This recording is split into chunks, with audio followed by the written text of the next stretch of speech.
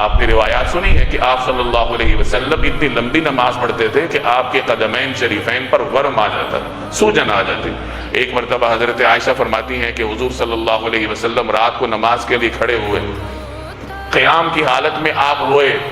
سجدے کی حالت میں آپ روئے، جب آپ نماز میں بیٹھے تو اس وقت آپ پر گریہ طاری رہا، آپ کی داڑھی مبارک بھی آنسوؤں سے تر ہو گئی، جہاں آپ نے سجدہ فرمایا تھا زمین کا وہ حصہ بھی آنسوؤں سے تر ہوا۔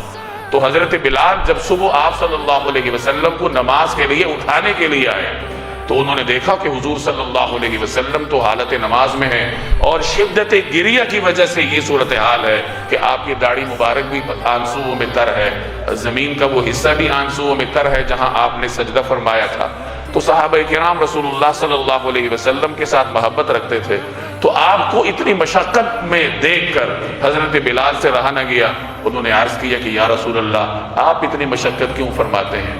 یعنی جنت اللہ نے آپ کے لیے پیدا کی ہے، اللہ نے آپ کو معصوم بنایا ہے، ہر قسم کی خطا سے آپ مبرہ ہیں، تو اس قدر مشقت آپ کیوں فرما رہے ہیں؟ تو رسول اللہ صلی اللہ علیہ وسلم نے فرمایا جب اللہ نے مجھے اتنے اعزازات سے نوازا ہے، اتنا بڑا منصب مجھے عطا فرمایا ہے، تو پھر میں اللہ کا شکر گزار بندہ کیوں نہ بنوں؟ تو حضور صلی اللہ علیہ وسلم کا یہ طرز عمل دیکھ کر صحابہ کے معاشرے میں عبادات کا غلبہ تھا۔